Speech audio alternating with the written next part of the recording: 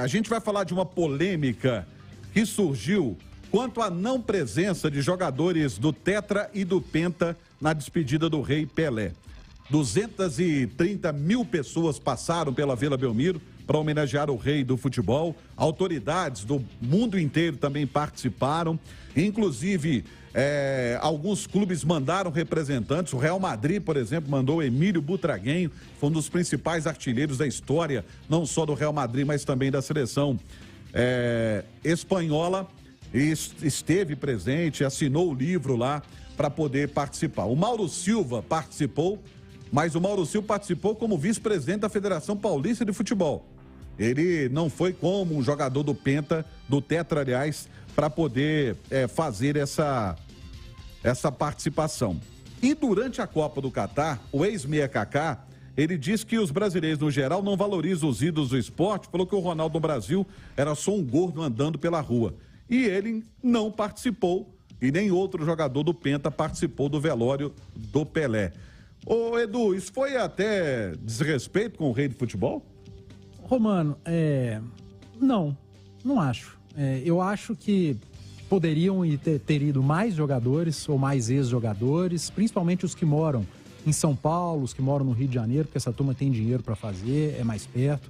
Mas pode ser até uma opinião politicamente incorreta, contrária da maioria, mas eu acho que está havendo um exagero muito grande. O Brasil é um país continental, muitos desses ex-jogadores nem aqui moram. A gente teve o falecimento recente do Maradona, o Messi não foi. Muitos jogadores, mas a turma que ganhou em 86, a maioria foi. Mas a turma que ganhou em 86 tem mais condição de ir, né? Os que ganharam com o Pelé, tem muitos que já foram embora, já morreram, já faleceram, outros que não têm condição de ir mesmo. E eu acho que cada um faz o que quer, cara. Muita gente que está criticando aí a não ida desses atletas vai estar ouvindo aí agora, vai colocar a mão na consciência, não vai em velório de tio, de primo. E aí fica cobrando, tinha que ter ido, tinha que ter ido quem quis ir, quem levou energia positiva, quem teve vontade de ir. Quem ficou em casa, fez uma oração, talvez valha tanto quanto, orando pela alma do Edson Arantes do Nascimento, que a gente fala. O Pelé, o mito, esse aí continua, ele segue na nossa memória.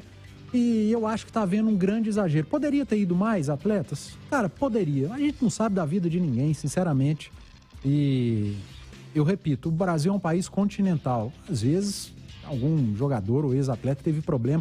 Eu acho que está tendo um exagero muito grande. Essa é a verdade. E eu tô com você naquilo que você falou antes da saída do intervalo. Deixa o homem descansar, gente. Acho que valeu muito mais para a alma do Edson Arantes do Nascimento quem foi de livre e espontânea vontade, mandando energia positiva, orando, que é disso que ele precisa agora. Não é de polêmica, de lacração. Ô Alexandre, e algumas, eu não sei se o que mais pegou foi a ausência desses atletas ou a desculpa de alguns deles. O Marcos, por exemplo, goleiro do Penta, ele justificou lembrando a morte dos pais dele. Falando, ninguém foi no velório e sepultamento dos meus pais. E ele, inclusive, afirmou que entende a cobrança feita por outras pessoas devido ao que o Pelé representa para o futebol, mas diz o seguinte, abre aspas, ao Edson hoje só posso fazer uma oração e não preciso me aparecer para isso.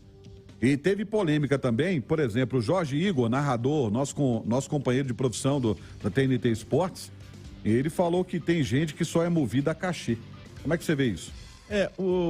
Romano, olha, se é movida a cachê, eu acho que isso aí até, sei, não tem, acho que muita relação com essa situação, não. Eu acho que essa situação do velório do Pelé, Romano, ela só foi mais um exemplo, tá, do tipo de relação que o torcedor brasileiro tem com o seu futebol. E eu acho que a representação maior do futebol brasileiro é a seleção. Então, você já cobriu o Copa do Mundo, o Edu estava agora no Catar, e a gente consegue perceber como que a relação do brasileiro com a seleção é superficial em comparação com a de outros países do mundo. Não vou nem só falar da América do Sul, que a gente teve agora um espetáculo da torcida argentina no Catar, a gente teve um espetáculo da torcida marroquina, a gente tem uma relação do torcedor holandês, do torcedor inglês. Então, quer dizer, o brasileiro, ele tem uma relação diferente com a seleção do seu país. Por quê?